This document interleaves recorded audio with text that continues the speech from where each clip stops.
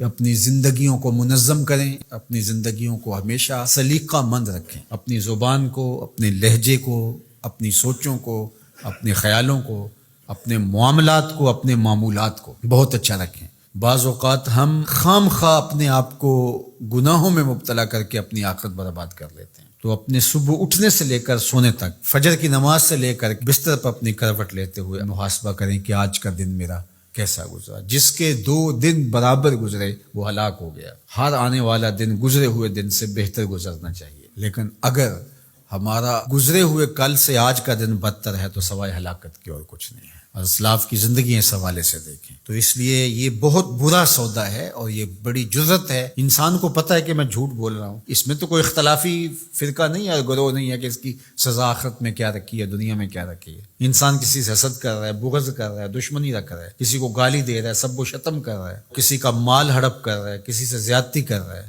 رشوت لے رہا ہے، یہ جو کچھ بھی ہماری زندگی میں شب و روز کے معمولات ہیں جو ہم کر رہے ہیں، یہ تو کوئی اختلافی مسئلہ نہیں ہے کہ جس کے بارے میں وہ کہا کہ مختلف اقوال ہوں کہ آپ نے اس فرقے پہ اور اس گروہ پہ اور اس مسلک پہ بات کر لی کہ نہیں ہمارے مسلک میں یہ جائز ہے۔ جھوٹ تو ہر مسلک میں ناجائز ہے، ہر الہامی غیر الہامی مذہب میں ناجائز ہے۔ اسی طرح رشوت کھانا، سود کھانا، شراب پینا، نظروں کی ناپاکیزگی اور اپنی زندگی کے جو دیگر امور بد ہیں، اس میں تو کوئی اختلاف نہیں ہے۔ اپنا وقت برباد کرنا، نمازیں چھوڑنا، لوگوں کو ایذا دینا، تکلیفیں دینا، ہمارا دین تو اس قدر حساس ہے لوگوں کے خیال رکھنے کے حوالے سے کہ لہسن اور پیاز کھا کر کے مسجد میں آنے سے روکا گیا ہے کہ تمہارے منہ سے نکلتی ہوئی سمیل کو سونگھ کر کے کسی کو تکلیف نہ ہو، کسی کو اذیت نہ پہنچے۔ وہ اس قدر حساس ہے۔ حضرت انس بن مالک آتے تھے تو چونکہ وہ جنہوں نے حضور کو نہیں دیکھا تھا تو وہ ان کا ہاتھ پکڑ کے چوم لیتے تھے کہ آپ نے حضور کو دیکھا، تو وہ اپنے ہاتھ کو خوشبو لگا کے آتے تھے کہ لوگ میرا ہاتھ حضور کی نسبت سے چومتے ہیں۔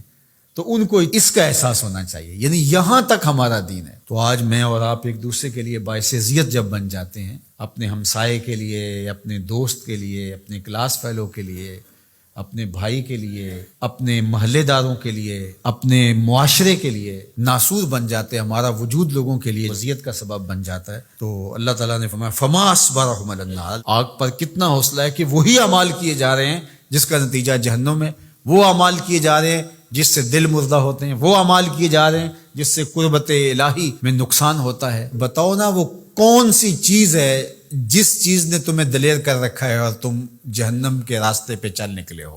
وہ دولت ہے، حسن ہے، جوانی ہے، اقتدار ہے۔ وہ چیز کیا ہے جس چیز پہ تم ناز کر کے اپنے رب سے دور ہو کے جہنم کا ایندھن بننے کے لیے تیار ہو گئے؟ کتنا حوصلہ ہے لوگوں کا، کتنی ڈٹائی سے کہہ دیتے ہیں یہ جہاں مٹھا اگلا کس نے ڈٹا۔ کوئی کہتا ہے کوئی بات نہیں، کر لو جو کرنا، آخرت میں توبہ کر لیں گے۔ توبہ کی امید پر گناہ کا کرنا یا ڈٹائی کے ساتھ گناہ پہ گناہ کیے جانا، اپنی بد اعمالیوں کی کوئی توجیہ کر لینا، مختلف شیطان کے فریب ہیں، مکر ہیں، وہ آپ کو مختلف طرح سے پھانس لیتا ہے، ہم اس کی کوئی توجیہ کر لیتے ہیں، اس کی کوئی صورت گری کر لیتے ہیں۔ مطلب کیا؟ جب اللہ کی کتاب سے ہم انحراف کریں گے تو اللہ توفیقات خیر سلب کر لے گا۔ یہ جو لعنت کا لفظ آپ نے سنا، تو لعنت کا کیا مطلب ہے؟ لعنت کا مطلب ہے کہ رحمتوں سے محروم کر دیا جانا۔ عرب کہتے ہیں جب وہ اپنی اولاد سے ناراض ہو جائیں یا کسی سے ناراض ہو جائیں بڑا، تو وہ کہتا ہے کہ میں تمہارے لیے دعا نہیں کروں گا، تم میری دعاؤں سے آج کے بعد محروم ہو گئے ہو۔ بلکہ میں نے